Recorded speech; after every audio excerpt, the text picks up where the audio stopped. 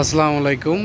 তেল পাম্পে সিরিয়াল নাই, পারাপারি নাই, বিশৃঙ্খলা নাই, অলস সময় পার করছে আমাদের, অলস অলস সময় পার করছে।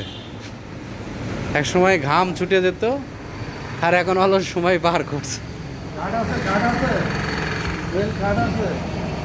এখন আর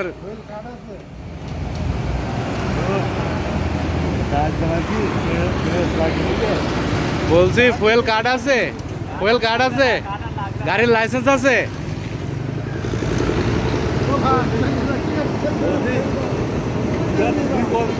বাকি রাখলে আর সবই তো কার্ড দিয়ে দিলে ভালো লাগে দিব কার্ডটা আপনি আর কোনো পারাপারি নাই, তেল পাম্প ফাঁকা। হ্যাঁ,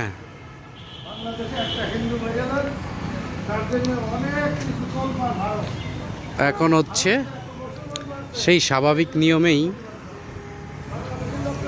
তেল বিতরণ কার্যক্রম চলছে। প্রশাসনও নাই,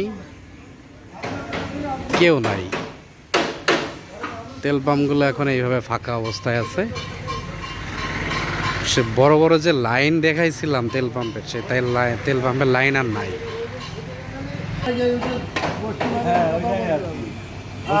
আমরাই কথা বলি বেশি বেশি অবশ্যই। তেল নিতে পারিনি। এখন আর কেউ লোড করে নিচ্ছে না তেল।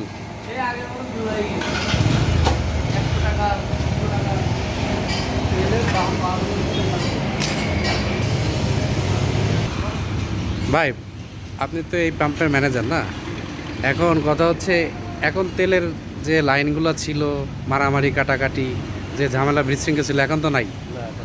এখন স্বাভাবিক প্রক্রিয়ায় চলছে। এখন কোনো ফুয়েল কার্ডও লাগতেছে না, প্রশাসনও দেখছি না।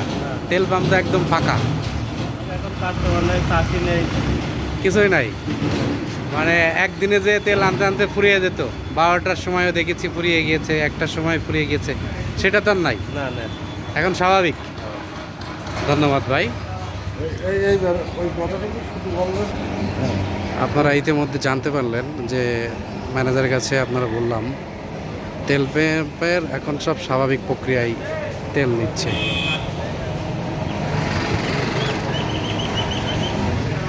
স্বাভাবিক প্রক্রিয়ায় কি তেল পাচ্ছেন ভাই?